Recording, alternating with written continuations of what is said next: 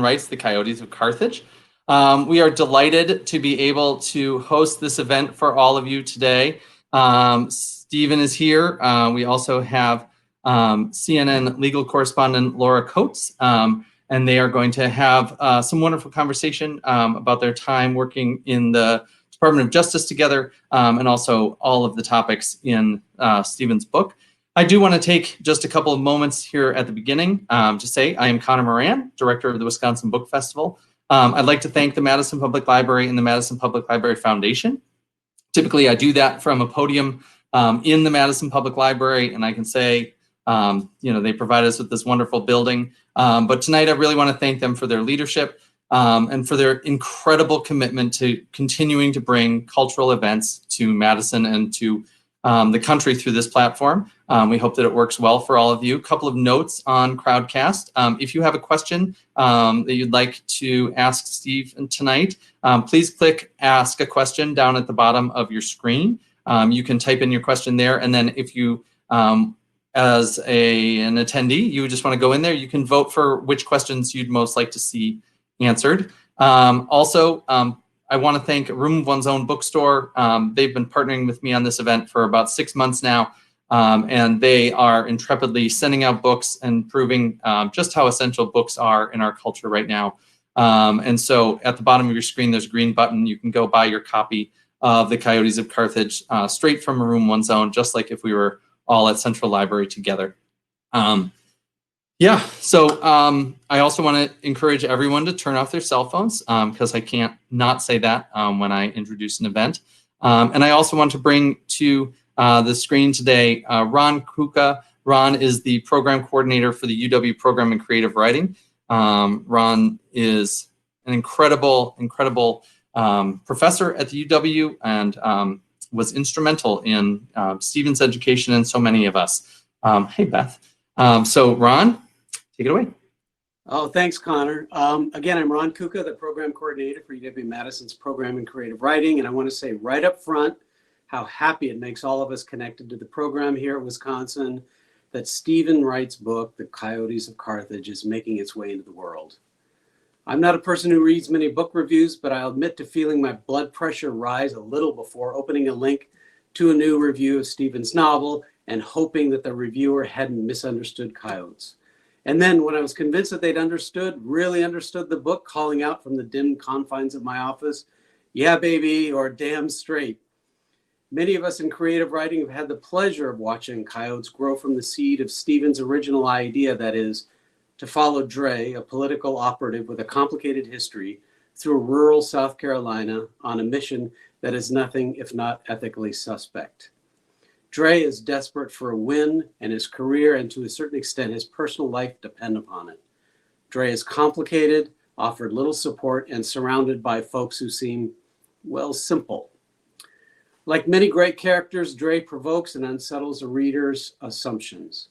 I was trying earlier to recall other memorable literary political operatives, and the first one that came to mind was Jack Burton from All the King's Men. Now, I know the times have changed, and mentioning Robert Penn Warren ages me a little bit, but I have to tell you that the skullduggery created by Warren's Jack Burton would be considered tinker toys in Dre's world. This is because Stephen Wright is a novelist who knows things, not just about setting and character, but things like, say, how to rig an election. On several occasions after reading a passage from his book, I remember thinking, so that's how they do it. Furthermore, Coyotes is compelling on several levels.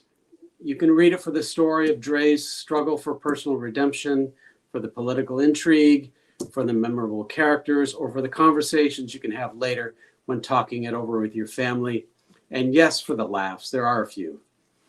Now, though you'll be able to access other relevant facts about Steve from the Dust Jacket, I do want to mention that Steve is a graduate of our MFA program here at UW-Madison, go Bucky, and that he is currently a clinical professor and co-director of the Wisconsin Innocence Project, also here at the UW.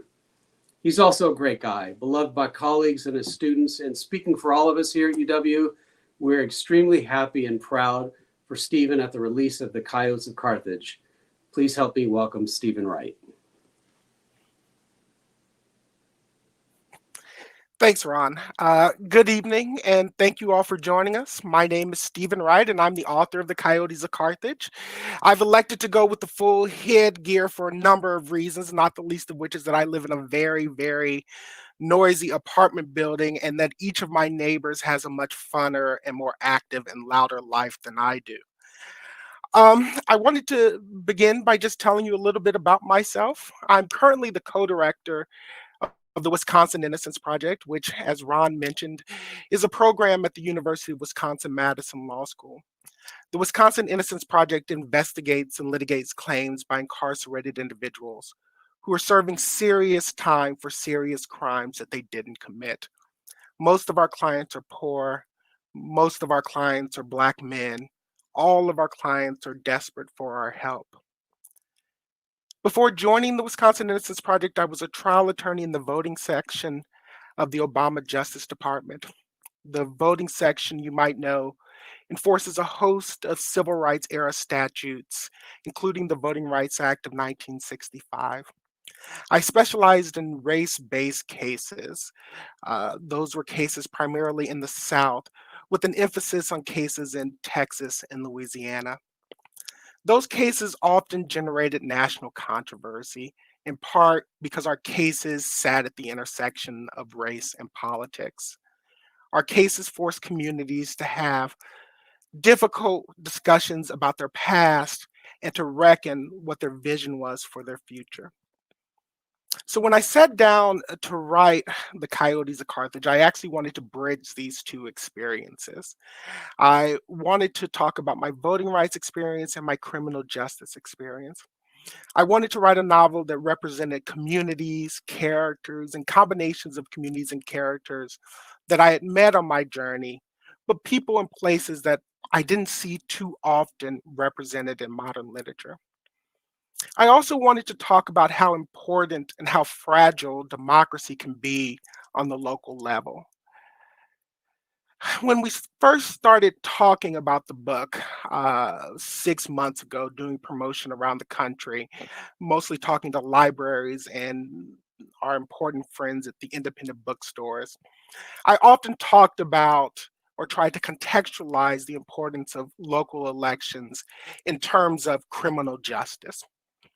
I highlighted how we elect judges, sheriffs, and prosecutors at the local level, and how these locally elected officials have tremendous influence on how laws are enforced in small communities and how that aggregates across the country. But these past few weeks, I've actually become terribly fascinated by how local actors influence health policy and how these same actors at the local level have responded to the pandemic. I think this whole sort of fascination with this question of how local actors play an important role during this pandemic started with the photo. And Connor, can we throw up the first photo?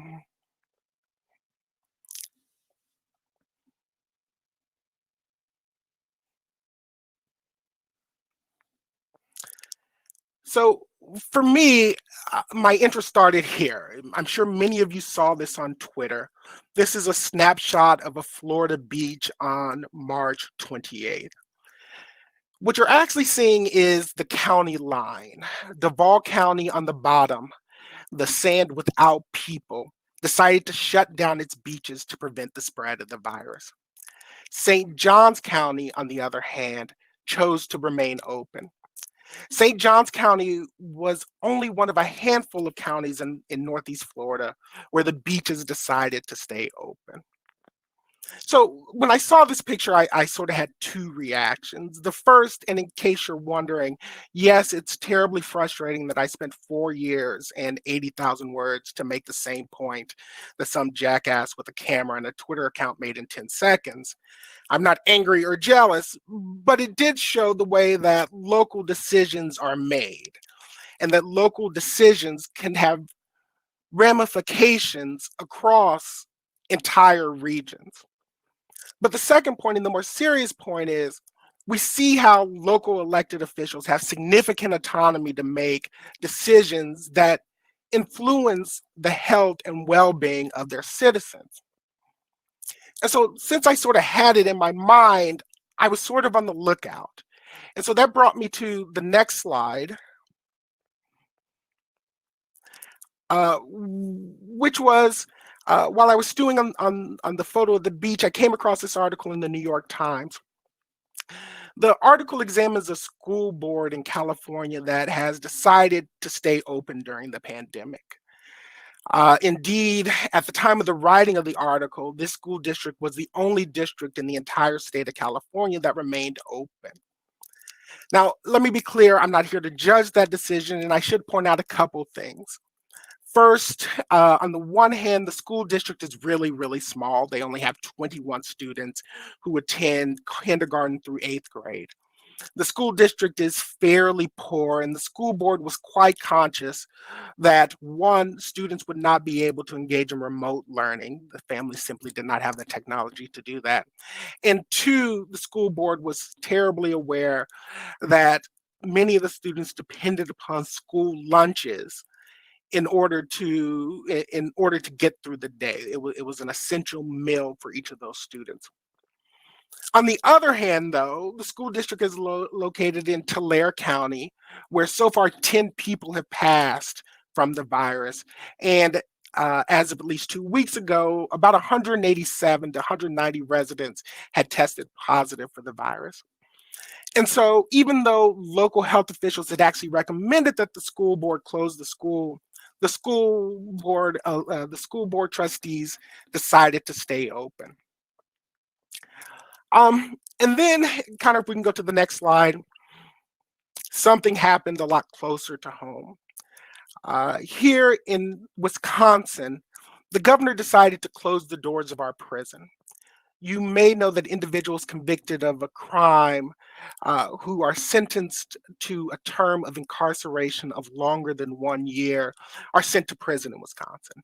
If you have a sentence of less than a year, or if you're awaiting trial, then most of the time you're going to serve your sentence in a county jail. County jails, both in Wisconsin and in most places around the country, are generally run by sheriffs who are themselves locally elected. And so in Wisconsin, in the county of Racine, which is not too far, which is in the southeast corner and not too far from Milwaukee, we saw that the county sheriff decided to suspend arrest and incarceration of individuals who did not commit a nonviolent crime. So each of these decisions were made by local officials, whether it's the county council in Florida choosing not to close the beach, the school board in California, or the sheriffs in Wisconsin. And perhaps that's how democracy is supposed to work. We elect leaders who we trust to make decisions. But as you can see on the next slide,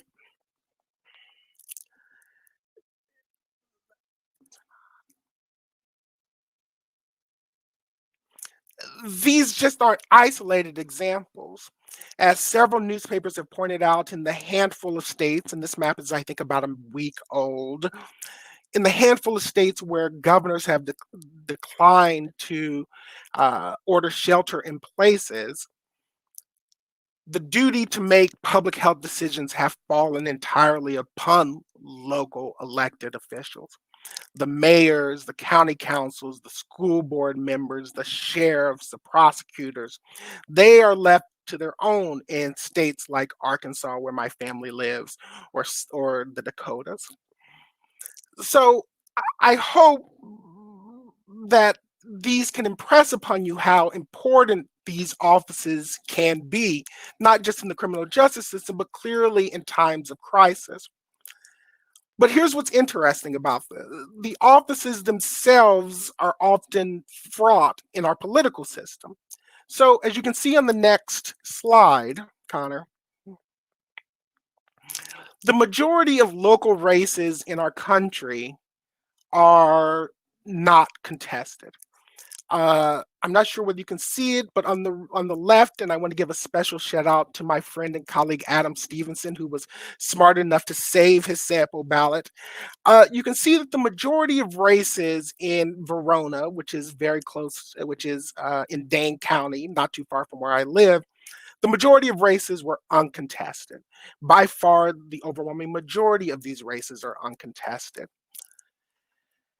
But that's not unusual, as the Journal Sentinel points out that the majority of races across the state are non-competitive. And it's not only limited just to local races. Many of the races for our legislature, experts estimate that between a third to somewhere between 50% of all races around the country, depending upon the election year and depending upon the election cycle, those legislative races, your house, your state house, your state assembly, your state senate, are non-competitive. So we've got problems on the candidate side for local elections. And as you see on the next slide, we also have problems with turnout in local elections. Oftentimes, as you can see from the graph, a lot of local elections are on what we call off year, which is non-federal elections. They take place in odd number years. And turnout can be remarkably low, ranging from 1/4 to sometimes I've been involved in elections in small towns where turnout is 5%. So why am I talking about that?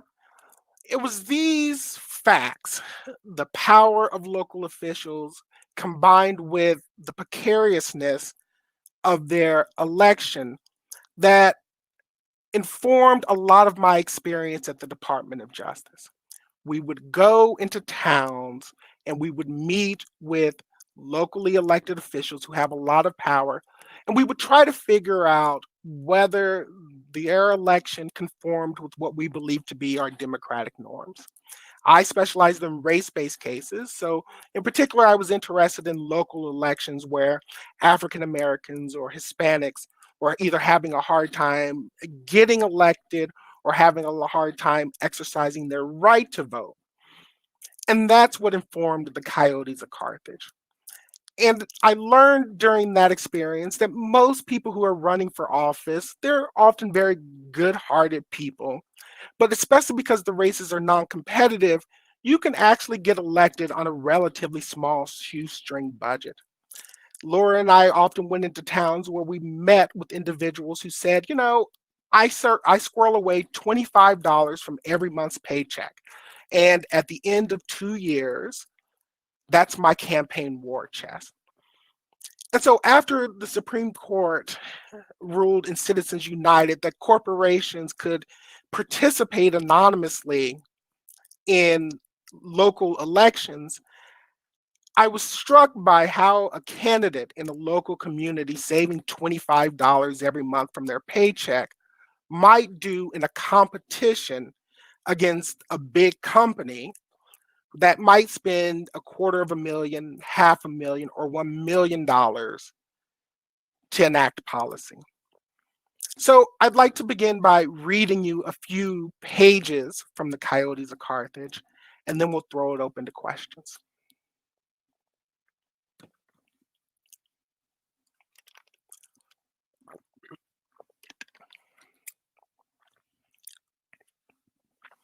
Chapter 1. Andre marvels watching a kid, a stranger of maybe 16, pinch another wallet. This lift makes the kid's fifth, at least that Andre's seen this morning. 2 on the train, 2 on the underground platform, and now this one on the jammed packed escalator that climbs towards the surface. The kid's got skills, mad skills. He makes a lift and keeps on moving. There, right there. The kid picks up another, his 6th, with the practiced grace of a ballerino. This time the mark, some corporate chump, probably a lobbyist, with slicked back hair and a shit-eating grin. No one suspects a thing, and why should they? The kid blends in, looks like a prep school student. And who knows, perhaps he is. His aesthetic complete with a book bag, khakis, and a dog-eared copy of de Tocqueville tucked beneath his arm. The kid reminds Andre of himself at that age. Lean, hungry, steel eyes with smooth skin. But Andre concedes that he never possessed this kid's talent. Above ground, the kid disappears into the big city bustle, and Andre thinks, good for you, little man, go in peace. For sure, the kid has plenty of places to hide. Northwest this morning is a mess. Snowy, busy, noisy. The perfect urban jungle in which to flee. Andre works around the corner, and a lifetime ago, his family made a home inside a boarded up rat hole 6 blocks over. Andre has, in fact, lived in the district his entire life, 35 years, save a stint across the river, 2 years in juvie for a grift gone bad on a nearby street. 17 years ago, when he left Kitty Correctional, he never imagined he'd work on K Street or that he'd own a walk-in closet full of 3-piece suits. And the sudden realization that he might lose it all cuts like shards of glass crushed into the lining of his stomach. He trudges a path through wet snow. Last night's blizzard has caused panic in DC. The streets, slick with black ice, prove too difficult for all but yellow cabs. He wishes he'd taken a different route, perhaps down L Street, where hobos toss dice and the high rises don't funnel the cold. He's tired of freezing winters, tired of cold that blisters his fingertips, tired of crowds and congestion and construction. If he loses his job today, and he's pretty sure he will, he'll move across country, someplace with palm trees, someplace where no one bothers to vote. On a corner, a homeless man sits atop a grate, his fist punching a peg leg that peeks from beneath his blanket. The man howls, frustrated that no one will help a white veteran. Most folks ignore him. Some folks laugh. A doe-eyed blonde, maybe 19 or 20, drops coins into his tin cup. The man sifts the change, sorting nickels from pennies, then pitches the gift back into the blonde's face. Bitch, what the fuck am I supposed to do with 18 cents? The blonde, stunned and shamed, looks towards Andre, her wide eyes asking, what did I do wrong? Andre wants to shrug, to say the guy's an asshole, but he has a point. 3 nickels, 3 pennies, that won't even buy you ramen numerals. Instead, Andre furrows his brow, and in his most apologetic tone, the voice he knows comforts young white women, says, my God, are you okay? He has no right to treat you that way. Should I call the police? He knows the blonde will say no, and when she does, her humiliation vanishing, she smiles with the confidence of a fool assured by a complete stranger. Andre pops his suit's collar, breathes warmth into his fist, takes pride that he hasn't lost his touch. The homeless man shouts, trembling with rage, his sunburnt face and filthy beard giving the appearance of a downtrodden Santa. Andre suspects the guy's newly homeless. If this bum had lived on the streets for long, he'd know that the archdiocese opens up hypothermia shelters when the weather gets this cold. He'd also know that today, near DuPont, the Methodists distribute leather-bound Bibles in burlap sacks brimming with groceries. Louder and louder, the homeless man screams, claims he's a veteran of Kandahar, an assertion Andre doubts. The VA, for all of its faults, can do a lot better than a peg leg, a wooden cone that looks like a part of a preschooler's pirate costume. Andre suppresses the urge to snatch the man's blanket, to expose his working limbs, to prove that the peg leg is nothing more than a prop. But everyone else in Washington has a scam. Why shouldn't this guy?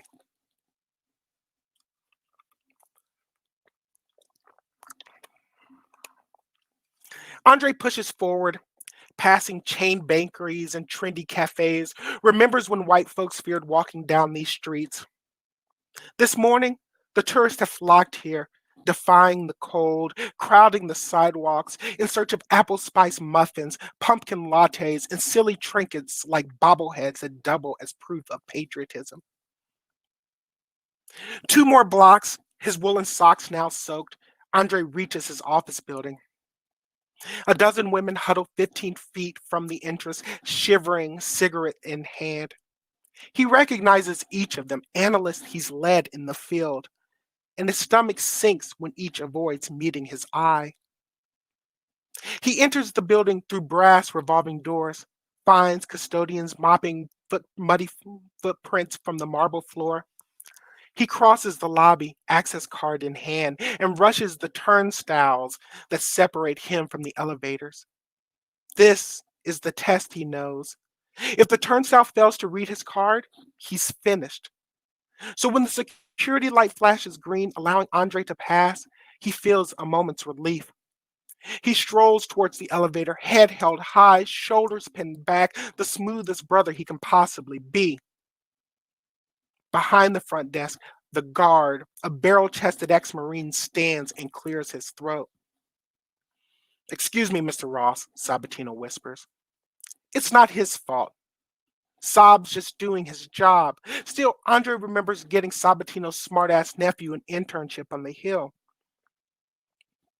"Sorry to bother you, Mr. Ross. But Miss Fitz, she called down, said to call ahead when you got in." Saab looks both ways, leans in close. "But say I didn't see you. That'll give you time, 5, 6 minutes. Get you a good head start." Andre chuckles. Never doubt the loyalty of a U.S. Marine. He claps Sabatino's shoulder, smiles to show his gratitude, says, "Thank you, I'm good. Go ahead, call her, I'm heading up now." "Yes, sir," Sabatino says. "Is there anything else I can do for you?" Andre says, "A small favor. There's a homeless guy by the metro stop." Saab says, "The lying fuck who says he's a vet?" Andre says, "Contact City Hall. Tell them to send a van. Use the firm's name. Someone needs to get that asshole off the streets, otherwise he'll freeze to death." Sabatino agrees and calls the elevator. The brass doors open, inviting Andre inside, where, over a hidden speaker, plays Coltrane's "My Favorite Things." "Good luck, Mr. Ross," Saab says. "Let me know if you need anything." Andre presses his access card against the control panel and the doors shut. The panel beeps twice, and the elevator whisks him skyward, past 6 stories of analysts and researchers, the well-paid statisticians, pollsters, accountants, media trackers, copywriters, and investigators, many of whom will be happy to see him gone. Their glee isn't personal, they simply want his job. A senior associate falls, one of them rises. Office politics, plain and simple. The elevator doors open. The lights of the 8th floor lobby flicker, and Andre knows this may be the last time he steps into the nerve center of Martin, Fitzpatrick, and DeVille. He sidesteps the receptionist, pursues the hall that leads towards his office. The path is a straight shot between the offices of the other senior associates with their Ivy League degrees and inherited vacation homes. Halfway down the busy hall, he passes a glass-enclosed conference room and casts a sideways glance inside. He recognizes a face, no, 2 faces, no, 3, 4, 5, 6, 7. Shit. Then he spots a poster board map of Indianapolis, and a heavy weight shifts inside his chest. He knows he'll be fired by the end of the day, but now he's pissed. For Christ's sake, he worked Indianapolis for 6 months, made media contacts, registered his political action committee, presented an electoral strategy that pleased the finicky billionaire client. He feels his anger spike, but resolves to play it cool. Left hand slipped inside his pocket, a dash of swagger in his step. He knows they're watching him, judging him, sizing him up, and he will never, never let these white people see him sweat. In his office waits Fiona Fitzpatrick, the sole female founding partner. He appreciates that she's come in person to announce his fate. For nearly 7 years, she's been good to him, a second mother, the trusted mentor who shepherded his career. He has few regrets about his most recent campaign. His assignment was to form a political action committee that would get a governor elected, And that's precisely what he did. But he understands that his tactics may have brought shame upon the firm and quite possibly embarrassed the woman who has shown him nothing but kindness. The notion that he has complicated Miss Fitz's life, that he has somehow tarnished her reputation, that he may have betrayed her faith in him, these accusations burn the blood around his heart. He takes a deep breath, struggles to cool his rage. It is the same rage he felt at the peg-legged man, at his gleeful colleagues, at her decision to reassign Indianapolis. But if he's being honest, it's mostly the rage he feels at himself.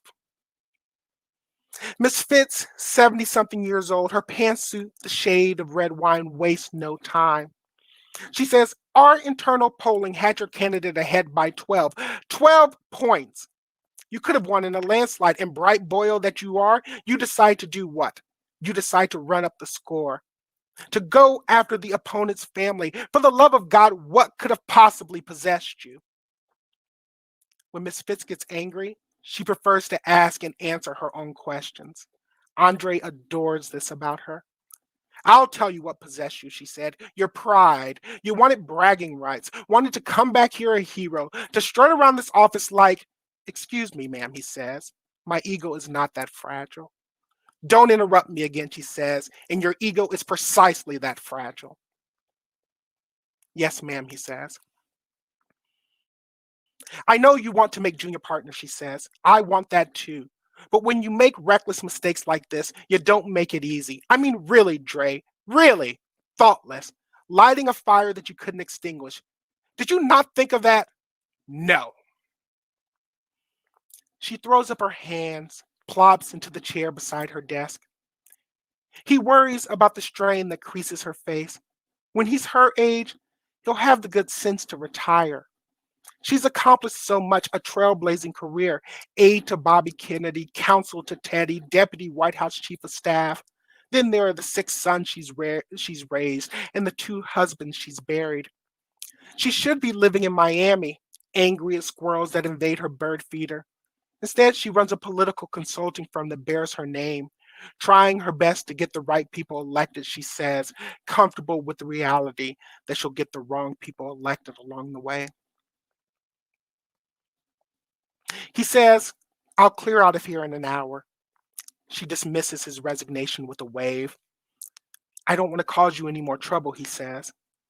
If you didn't want to cause me trouble, she says, you wouldn't have hashed it up in the first place. Ma'am, I know, I'm sorry. Stop trying to be noble, she says. It's tacky. Andre reads her expression, and for the first time, he clearly sees the predicament. He suspects that she's already called around town, trying to find solid ground, a comfortable place for her protege to land. But finding him another job, he now recognizes, presents challenges even beyond her influence.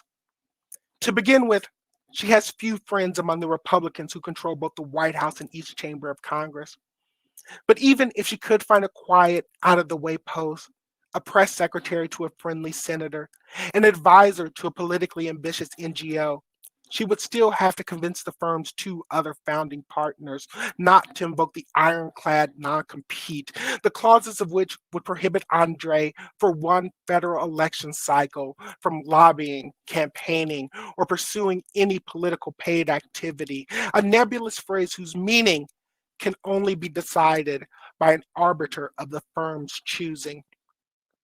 And if by some miracle he overcame the arbitration obstacle, a Herculean task at which others have tried and failed, he'd still be a 35-year-old black man with a criminal record, 4 felonies the court long ago expunged, but that still appear each time he Googles his own name, Toussaint Andre Ross. He sits behind his desk, changes his socks. So what do we do? She points towards a manila envelope on his desk, Carthage County. He skims the executive summary, $250,000 in dark money to pass a ballot initiative in the boondocks of South Carolina. Secret corporate financed campaigns keep this firm afloat, But everything about this specific assignment is offensive. The puny budget, the insignificant location, the utter lack of prestige.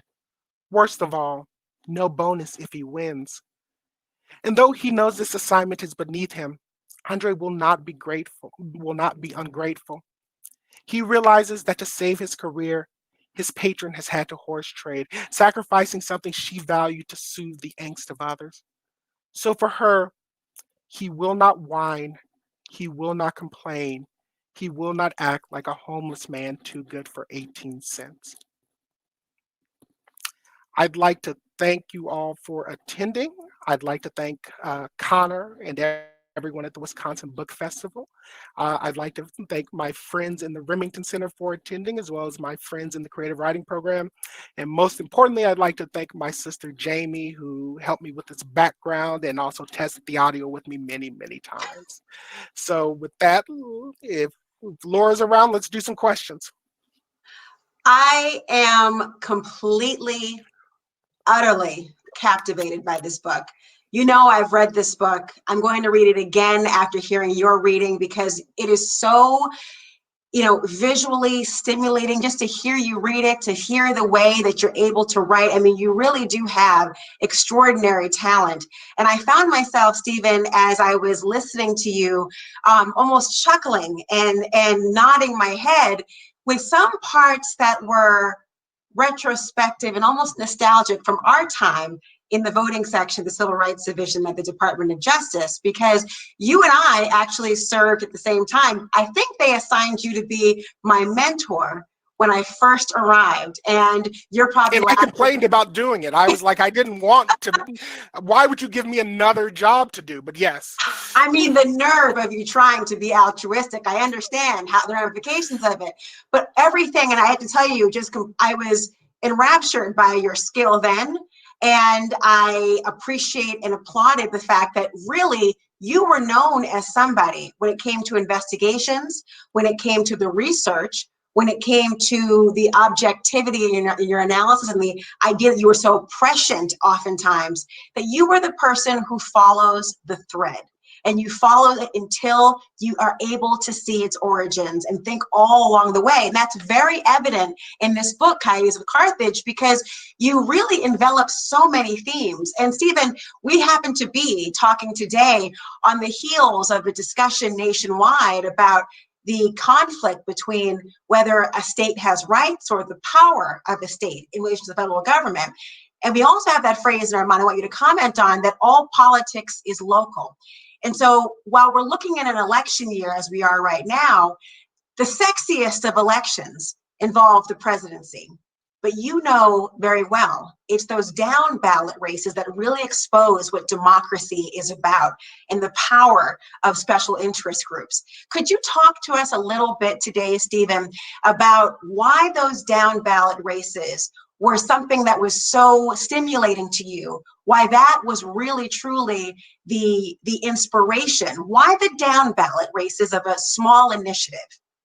Yeah, so I think the down ballot races are important for a bunch of reasons. And I think they're particularly important in the civil rights context. Every major politician starts somehow locally. The number of politicians that learn the ropes of how to campaign, of how to be a leader, of how to recognize stakeholders and engage with them. It's very rare for someone with no political experience to be elected president, although clearly it has happened. But if you looked at members of Congress, members of the Senate, governors, many of them were city councilmen, school district members, mayors.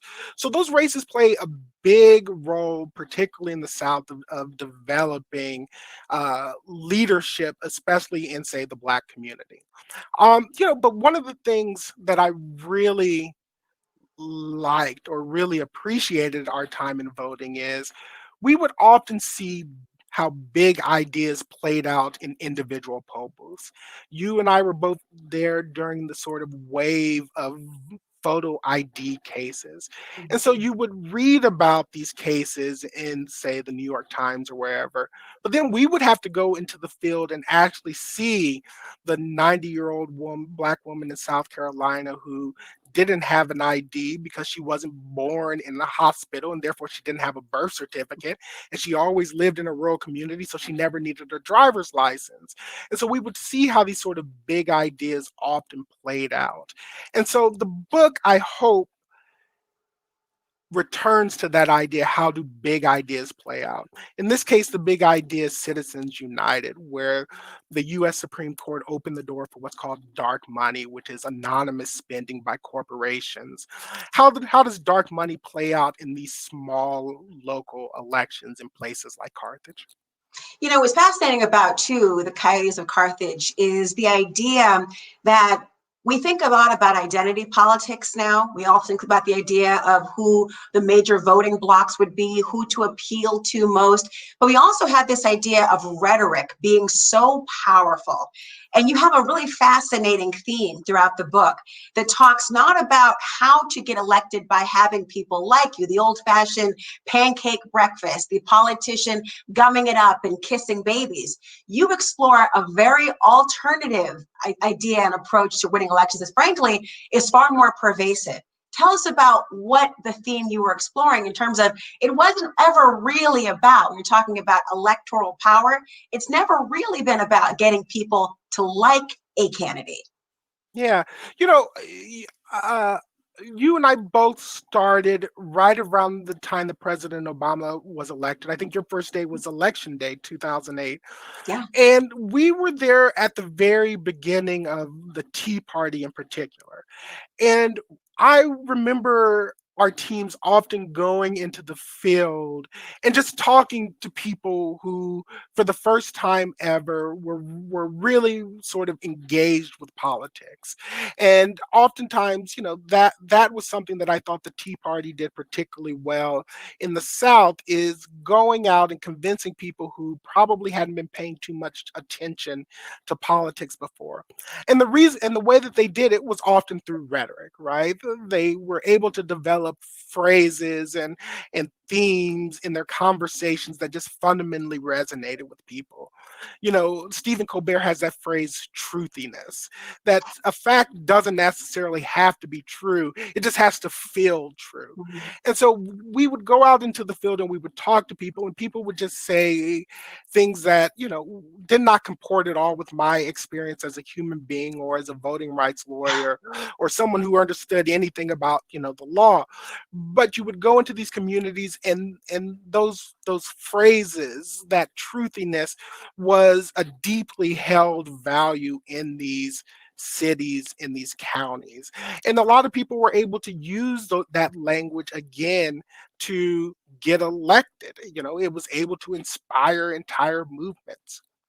You know, one of the things they talk about, the best way to tell a lie is to have some seedling of truth in there and to go Yeah. from there. And this book really explores the way that travels and the way that, at least in one area, there's a operative coming in who is backed by a special interest, and the influence of trying to take people from the community to become the messengers, and how that really can spread and almost virally, forgive the pun, throughout a community based on that rhetoric. And you know, this book is just so phenomenal in the way that it really, you think it's going one direction, but it's so thrilling and suspenseful to how is this really going to play out? And there's so many questions for you now from people who have taken the time to be here and also celebrate and really engage in this book. And I want to turn to them. One of the most popular questions people have came from Sue Shapcott, which said, just how realistic is your novel based on your experience in voting rights litigation? She gives you kind of a scale. If 10 is it's happening all over the country and 1 is probably will never happen, where does Coyotes of Carthage land? You know, I first, hi Sue. The book probably falls closer to that 10. You know, what's interesting to me about it is I because I'm sort of a smart ass, the book is a little bit of a smart ass. You don't say. Yes, I know that's hard to believe for most of the people listening.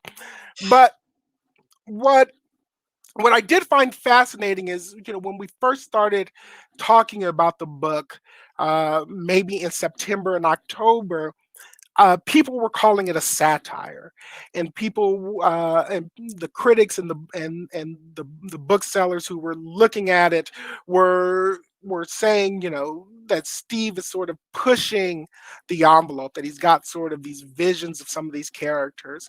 And, I can understand that. But in my experience, a lot of the more absurd people in the book, they're true to life. They're actually inspired, and it ranges across. So in that piece that I just read, with the guy who threw the change in the woman's face, I saw that in DC. That was something that actually happened. And so when the book moves to Carthage, and there are people who do things that I think some people find to be actually shocking, a lot of that actually resonates in truth. Now, do I push it sometimes, perhaps a little bit more? And do I perhaps have Andre interpret it in a way that I personally wouldn't have interpreted? Yes, but a lot of it is rooted in truth. Well, don't fear. I mean, right now, people always talk about if you were to have tried to script the last, say, 3 years of United States of America's political system, you would have been thrown out of any sort of, green lighting session in Hollywood. They would have said, come on, you jumped the shark a long time ago. We know that we're all jumping sharks every single day. We think about the way the world's right now, but there also shows in very of the themes of these interpersonal conflicts. And you have your main character who's really wrestling with some internal demons, who is on the one hand trying to, not disappoint the person who is his mentor. On the other hand, he's fighting against this idea of being a protege and being insulted in the way that you're reading about and writing about. When you think about how to sort of just navigate through these things, I want you to talk about one of the other questions we have here, which is you keep talking about when we first started talking about the book in September or October, or this happened, or I was thinking about the book and contemplating, your resume is chock full of very, very, a lot of hard work, a lot of detail-oriented positions that require a great deal of focus, where people are really desperate and thinking about life and death. And you're teaching at the law school. You have the Innocence Project. I mean, how many hours are in your day, Stephen Wright, that you're able to, at the one hand, be at the top of your game in the legal field, representing so many people, and on the other hand, being able to take the time to write a novel of this huge dimension? Oh, well, thank you. I mean, I am lucky that I am supported well by my friends at the Remington Center and in the creative writing department. That having a community, and in particular a group of readers who looked at the book, Judy Mitchell, Ron Kuka, Lori Moore, Linda Berry, each of them read drafts of the novel. And not only that, people like you who read earlier drafts of earlier novels that didn't make it. I often say that, writing sometimes can be very lonely. You're sitting at a desk, or in a cafe, you're writing a couple hours a day by yourself. But to actually transform what's on your screen into a book, it takes friends, it takes community, it takes thoughtful people who are willing to give you feedback. And so my friends at the law school were great in empowering me to have that space in order to balance a career in writing. And my friends in the creative writing were able to help sharpen my skills and my craft as an artist. And so, I appreciate the kind words, but I really do believe it was a team effort. And that carried through with the great team that I got with an agent and with the team at Echo. So, I have been remarkably surprised at almost every step. I was sort of surprised that I finished a novel, and then that I sold a novel, and then, that people were interested in it. And then, and now I'm here with you all. And just as a side, how crazy that you and I are here. Like 15 years ago, we were in an office, probably eating Subway, arguing about who's going to eat the last cookie. And now, you're doing. I won. You probably did. And now, you're on CNN, and now I'm writing books, and it's the dream life that we talked about. So I have to tell you, though, just so in case anyone's wondering, I don't carry change. I did not hand any homeless man that amount of money. Thank you very much. Just in case there's any delusions of grandeur here. The Subway part is true. The sandwiches, the cookie fights. That's true. But, you Yes. know, thank you for that question, by the way, that came from, I think it was Lisa was one of the people who asked the question. Another person asked, of course, this question comes from Tracy, which is, first of all, congratulations to you, and also looking forward to reading the book. But they want to know, without revealing any sort of confidences or privileges, what insights did you draw for the book from your time as an attorney in the voting rights section at DOJ? And specifically, of course, you're writing this from the perspective of being at a political consulting firm, as opposed to a lawyer who is trying to enforce the voting rights across the country or investigating people who are trying to undermine and infringe those. Did you draw from anything about your consultations with different people or interest groups of any kind at DOJ to try to have this cumulative knowledge? Yeah. So, you know, in the voting section, we would go into towns where I specialized in race-based cases. So I would go into towns across the nation where where no one could really put their finger on why minority candidates weren't getting elected. You know, obviously, in many ways, the answer always goes back to discrimination. But part of what we had to do in each one of these cases was just learn how elections work in a small town. I can remember visiting a town in Eastern Washington, and one of the most successful candidates told us, you know, in order to get elected in this town, you've got to have an extensive telephone game where you're calling up your neighbors, and you have to have a game where you are going to the registrar, to the person who counts votes, to confirm that they are receiving ballots. That those two steps, having a good telephone game and confirming that you have ballots, was more important than yard signs, was more important than, you know, church bazaars. And so you would go to each one of these towns and you would say, you know, there are certain tricks to be successful in this small community. And so, you know, one of the things the government does very well is it trained us how to do that.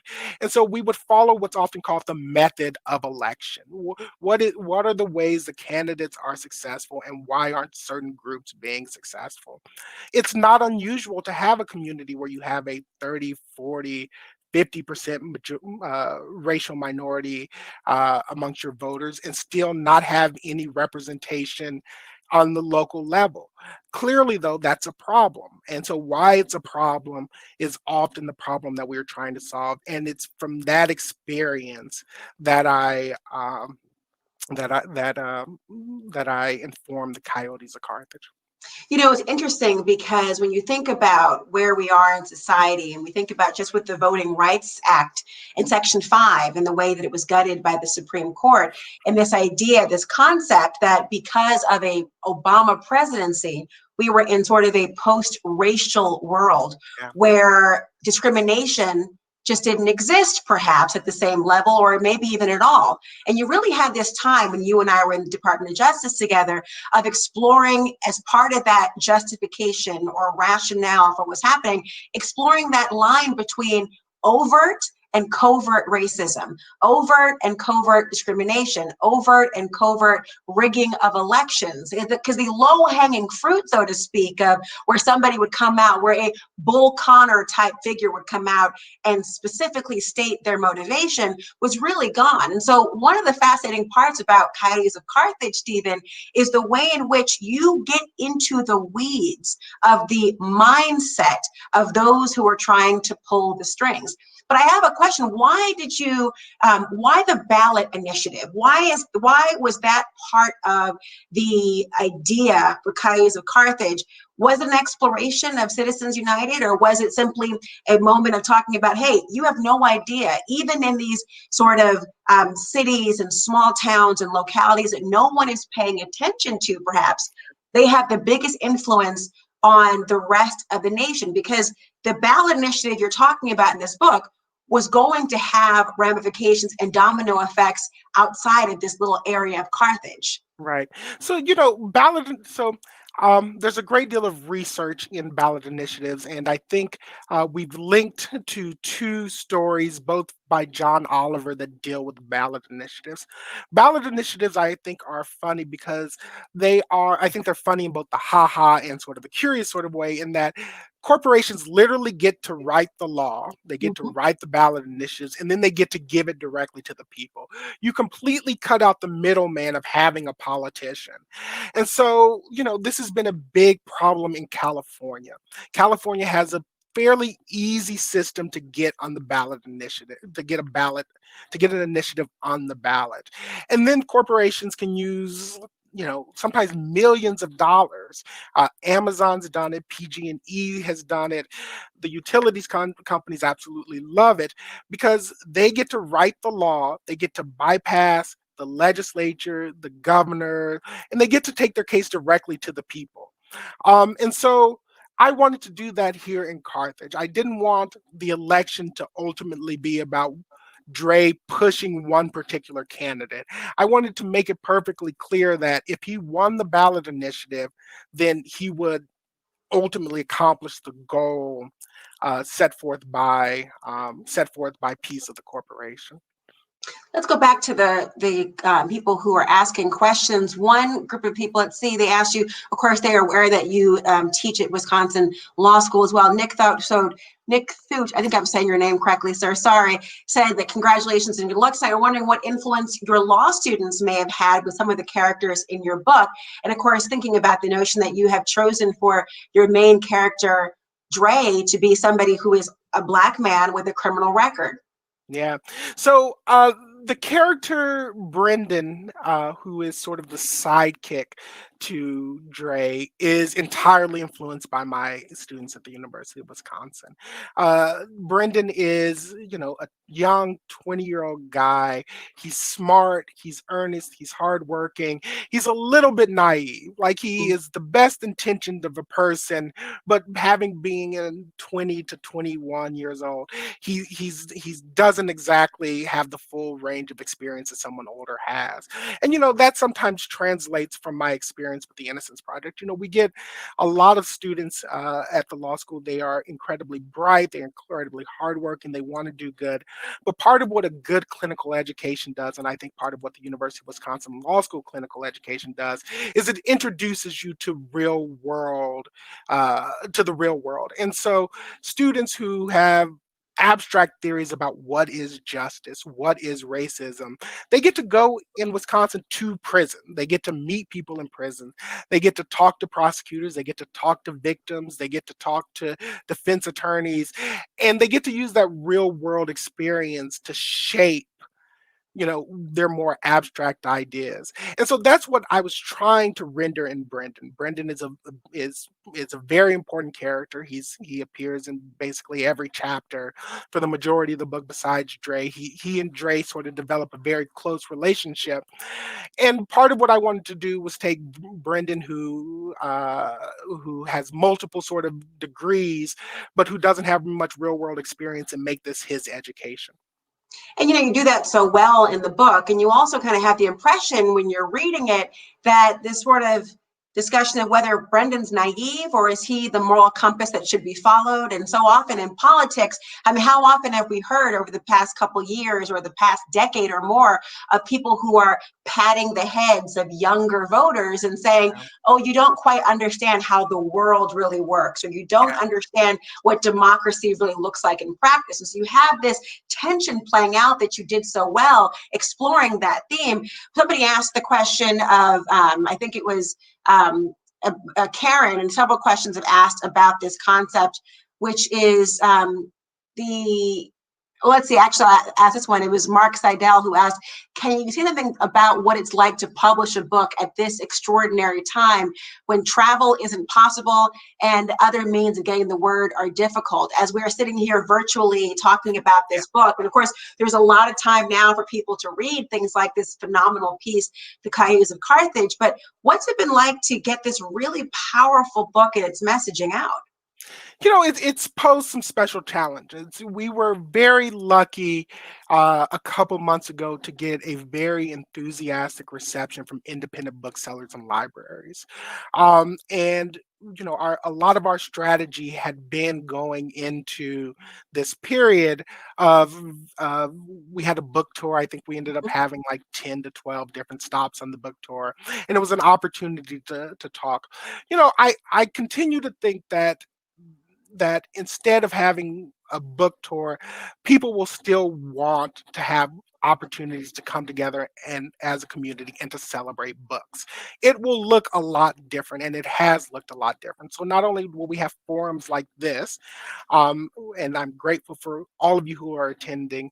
I'm doing a lot more interviews with smaller, more regional newspapers. I'm doing a lot more of Q&As with local bookstores. And so there are still opportunities to engage. It's just in a much different way. And obviously it's a lot more crowded with more people competing for time. So yes, it's been a big change, but my sense is that there's still a great deal of hunger for the book. I still spend a couple hours every day either answering questions or doing interviews. So yeah. So what is, I want to go back to Karen, thinking about that. And first of all, I have to say, Steve, there's no better time right now. I mean, most of us are homeschooling our children right now, would love the reprieve and escapism that Coyotes of Carthage offers. And the idea of reading, it's phenomenal. It was a very quick read for me. I remember traveling for work, and for the first time in my professional life, traveling, being grateful and asking, can I just have another layover? I know you got a direct flight, but can I just have a layover? I want to sit down in this airport and I want to read this book. And I would get myself so annoyed with the professor. I actually still have in the book, I have my boarding pass. I have to read my book and the flight be delayed when everything's on schedule all of a sudden. What are we doing right now? So I had to tell you, once you pick it up, you really are captivated and enthralled by it. But one of the questions that Karen has was, what was your favorite and least favorite parts of writing the book? Because I can't imagine that this was done in obviously the so-called Harry Potter on a train, one setting on a couple pieces of paper. What was the process like? So the process was, I'd come home about every day, and I would write for about 2 hours, um, 6 days a week for about 4.5 years. Writing. I think almost every writer will tell you that writing, when it's going good, there's nothing like it, and when it's going poorly, it's the worst thing in the world. For me, I often have a problem with when I write in order, and I write chapter one all the way down to the ending, and I also revise as I go. So the chapter one is almost fully polished before I go to chapter two. And so at the end of chapter one, it's the best it will be. It's the best it could possibly be. And then you've got to go to chapter two, which is the worst it's going to ever be, right? That beginning phase. And so literally I would go from days that I felt, oh, I'm so excited. I finally got chapter one to work. And then you go to chapter two and you just don't know where to begin. One of the challenges of the book is the book was originally twice as long as the published version ended up being. And so having to sort of, after talking with a lot of my friends and mentors and the readers, they gave me some good sort of guidance on how best to revise. And so, that process was also a little bit painful. But, there's a writer named Michael Chabon who won the Pulitzer for The Amazing Adventures of Cavalier and Clay, and who also recently wrote the Picard series. Shout out for Star Trek. But, he often says that, if you cut something and 5 minutes later you feel you've already forgotten about it, then it wasn't worth it in the first place. And although I spent a lot of time writing, sometimes I felt like I cut entire huge chunks, and it really didn't change the way that I felt about the book, and that meant that it was probably appropriate for it to go. It's kind of like that saying, I know that so many sayings are attributed to Abraham Lincoln that I wonder if he has lived like thousands and thousands of years and just wrote quotes. But one of the things that's also attributed to Abraham Lincoln is the idea that he wrote once in a letter, I'm sorry I wrote such a long letter. I didn't have time to write a short one. Yeah. And it must feel like when you're writing that even though you're taking things out, it's this almost a stream of consciousness to try to get everything out, then figure out, well, what makes sense, which of course for people who are extraordinary fans of you like myself and reading Coyotes of Carthage, this just tells me that whatever maybe have been on the cutting room floor, is there space maybe in another novel? People are already asking when your next book is coming out. Yeah, that advice is the advice that actually I often give. I think that's probably the number one piece of advice I give to my law students. My law students often, especially in innocence cases, they want to include every single fact or every little quirk. And we often have to just sit back and say, there's a lot of wacky things that happened in this trial, but we need to convince the court of really only one or two points. And in order to make those points, we only really need a certain set of facts. So, yes, it's weird that, the judge wore a hula shirt while conducting a murder trial, but is that really necessary in order to prove, that our client is innocent? And so we have that conversation a lot. As for the second book, I'm working on something already. I have no idea how long. When I started working at the Wisconsin Innocence Project, it was originally supposed to just be a 1-year gig. And I thought, I was sort of grateful that, that the law school in Carey Sperling hired me, but I really thought I could finish the novel in 1 year, and that was just sheer foolishness. So I have completely abandoned trying to give any estimate about when the next novel is going to come out. So this particular novel took you how long? I mean, all the different versions all in, would you say? Yeah. 3 From years? from beginning to the day that I found an agent and we sent it out, it was about 4.5 years. Well, I mean, it's miraculous and wonderful, and it shows all of the talent that's been in there. I do want to ask you one question from, let's see, Carol Colby asked a question and saying you had fascinating insight here, and asked the question, from your knowledge and real world perspective, in your opinion, what is the scenario that got Donald Trump elected? Of course, you're talking about the influence of special interest groups and the idea of rhetoric and the idea of appealing to a group of people who felt disenfranchised. What is the theory, based on the way you've written the book and of course your expertise and experience, that got that election to work? I don't think I have any particular insights, but something that did strike me, and we talked about the Tea Party earlier, the president obviously had certain phrases that resonated with certain groups. But what I was always sort of impressed with with the Tea Party during the time that we worked at Justice is that they were steadfastly loyal.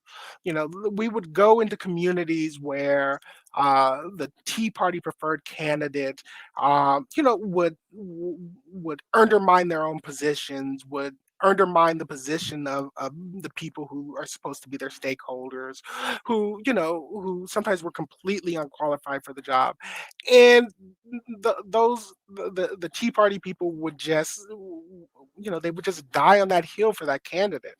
And so, especially in terms of elections, if you can get a base of people that is steadfastly loyal, and then you get sort of people in between, the independent people, then, you're going to do fairly well.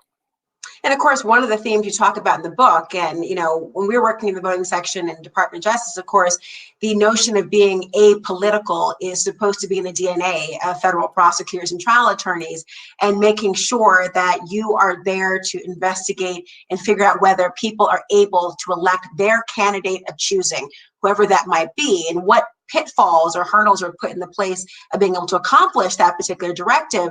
But you also talk about in this book, and what we've seen, I know, on the road and in investigations and talking to different members of the electorate and seeing just in our real world experience, is the idea of the most powerful rhetoric can be to assign a villain. Yeah. And that's a theme that you play out in this book. And it becomes less about what you are voting for and rather what you're voting against. And we've seen that play out recently. Yeah.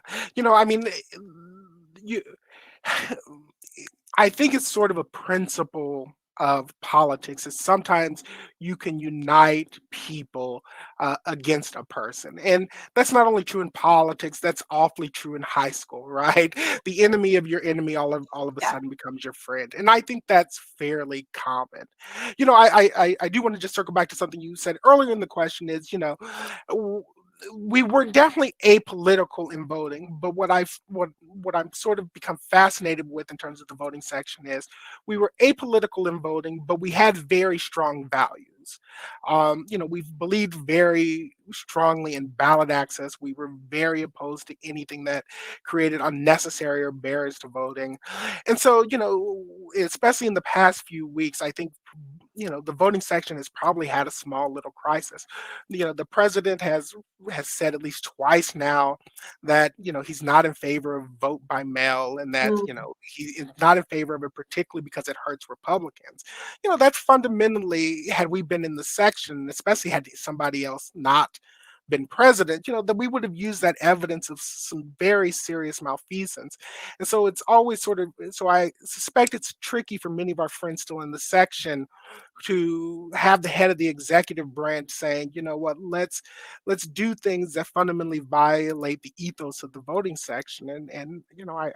I wonder how our colleagues are doing under those circumstances. I agree. I mean, the notion of the smoking gun, I think you're referencing the point about actually where you are right now. The Wisconsin primaries held last Tuesday, and the president has been talking about this issue of one of the reasons he believed, he said at a recent press conference, that the Democratic governor of Wisconsin wanted to, if not delay the Wisconsin primary, but delay or extend the deadline by which you could return your absentee ballots or have them postmarked to accommodate for the pandemic.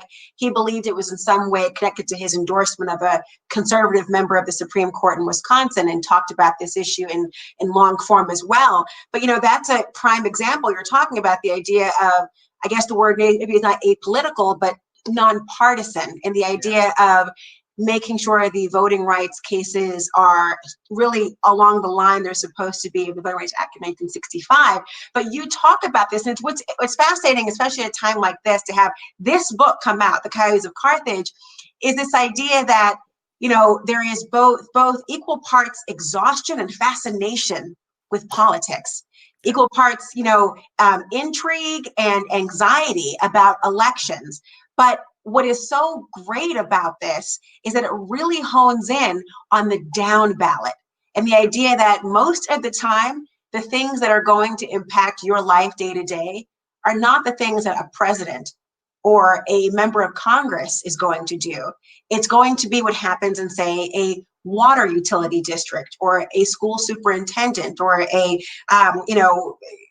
you can name it. I can't even go all the different things you're talking about. But one question that somebody asked here, and I want to get to it, was by Jamie, which is, in your opinion, given all that, what local office or position is the most important or most influential?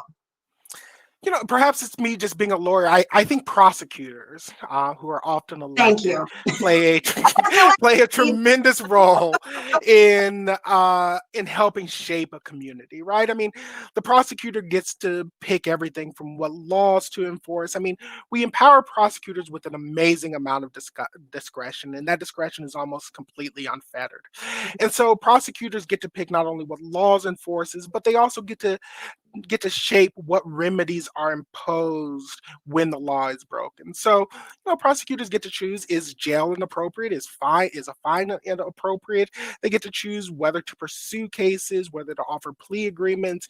They're really at the heart. And so, I think one of the biggest sort of reactions to the president's election is that there have been a tremendous number of elections of progressive prosecutors in places like Philadelphia, where you have individuals who want to use the power of that office to help shape their community for the better, and recognizing that sending people to jail, especially disproportionately young Black men, is something that ultimately is devastating not only to the Black community, but really to the spirit and the soul of an entire city.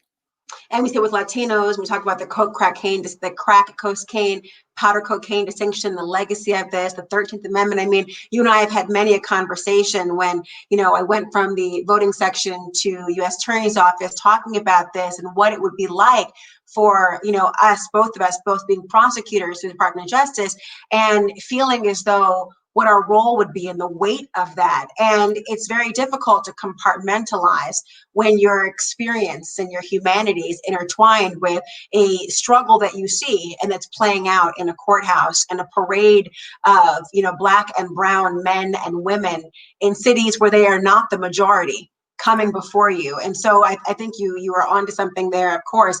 I do want to ask, one person asked the question, I think we covered all the questions, actually. I want to ask you, if I can, Steve, because, I have always been very in awe of people who are the consummate second act, who take leaps of faith, who explore other creative outlets, who refuse to say, okay, well, what is it you do? And have just kind of one answer. The old question you ask kids of what do you want to be when you grow up? And the expectation is to give one answer that will then take you on a career path that will not necessarily be monotonous, but will be one thing. Now, you have done so many things, worn so many different hats. What was that decision like for you to go from being a Department of Justice trial attorney, very well respected, still are, to saying, you know what, I think I want to go get my MFA and I want to become a writer. We often joked about this in your office, but you want to be a writer, Laura. You want to be a writer now. I can remember our good friend Bob Popper, who was also our supervisor, did a spit take when I told him that. Literally, he was eating lunch and he just started choking, and all of his coke just came out of his mind. And he's like, wait, you're going to leave a secure GS-15 job to go be a graduate student in Wisconsin? And it was, for the last month out there, the department had many challenges, but we had many good friends there who were trying to do good. But it sort of became a running joke. Steve's going to go leave and go write a book. So one, I did it. But two, I think especially for lawyers, especially people who worked in the type of jobs we did, people who had spent a lot of time going to schools, investing in their education, investing in their career, to potentially walk away from that, I think it was unfathomable for most of the people. But I knew that if I didn't do it then, I would never do it, and it was something I desperately wanted to do. So I know we're running out of time, but that's I think the moral of the story. Like it had always been a dream of mine. As you know, you and I used to travel, and I used to give you my crappy short stories and some of my novel parts back then to read, and then grill you over what you thought. But it was a big part of my identity, and it was a big part of who I wanted to become. Well, Laura Coates' t-shirt is "Will read for nachos," so they think we're kidding, but no, none of them were crappy. And of course, this piece is phenomenal. Coyotes of Carthage, you have to read it, everyone. I mean, really, just you saw him read it. It is so enthralling. And as John Grisham actually says, and identifies you as somebody who is a new major voice in the world of political thrillers. Not a shabby endorsement. Congratulations, Steve. Thank you for doing this, Laura. Love you. Love you, kid. Congratulations. And thank you, Laura, so much. It was excellent to have you here. Please, if you're home and you're looking for more great content, look for Laura's Sirius XM radio show. You can also see her on CNN, often. Let's just Stephen, I also wanted to say thank you to you. This is really the lifeblood of what we do here at the Wisconsin Book Festival. I know we've been planning this event for quite a long time, and it doesn't look exactly like how we originally planned it, but it was wonderful to see so many friendly faces here tonight from all over the country, and thank you so much for this book. We'll talk to you soon. Thank you very much. And just one other shout out, A Room of One's Own is still delivering books in the Madison area. I've ordered a couple books from them, so shout out to them and thank you for their support. Right down here. You can order your book direct from right Room. there, yes. Right down at the bottom. And the Wisconsin Book Festival will be back on Monday with Kate Elizabeth Russell on an event for her new book, My Dark Vanessa. Thanks so much, everyone. Have a great night. Thank you. Bye.